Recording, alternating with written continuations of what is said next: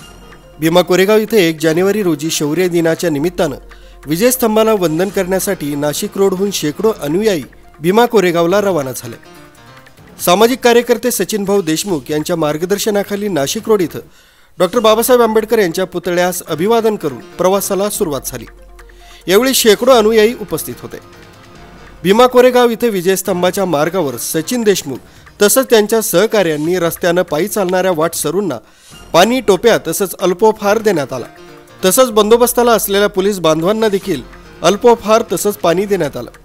या ठिकाणी तत्कालीन सेवेसाठी असलेल्या रुग्णवाहिकांच्या चालकांनाही अल्पोपहार देण्यात आला।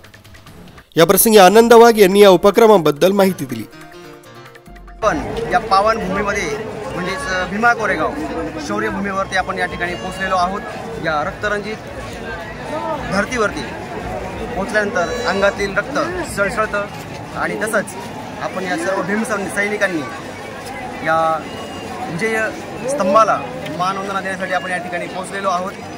सर्व भीम सैनिकांचं या ठिकाणी मनापासून सर्वांना आभार, जय भीम।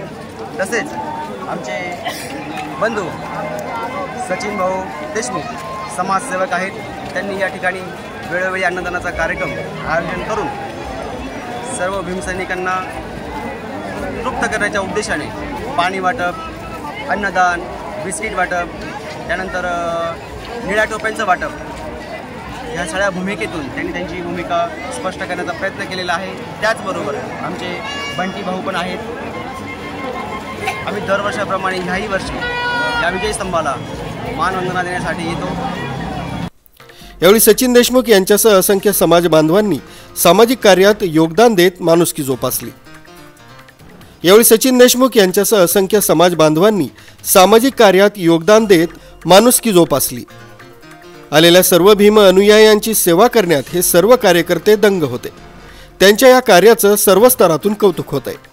या प्रसंगी सचिन देशमुख, आनंद वाघ, गौतम नाना चव्हाण, अमोल बागुल, बंटी थोरात, सम्यक देशमुख, समृद्धी देशमुख, अनिकेत आढाव, प्रकाश खैरे, स्नेहल सोनार, अर्जुन सोनार, अजय पगारे यासोबतच आशा वर्कर मोठ्या संख्येने उपस्थित होत्या। News bureau, news today, Bhima Koregaon.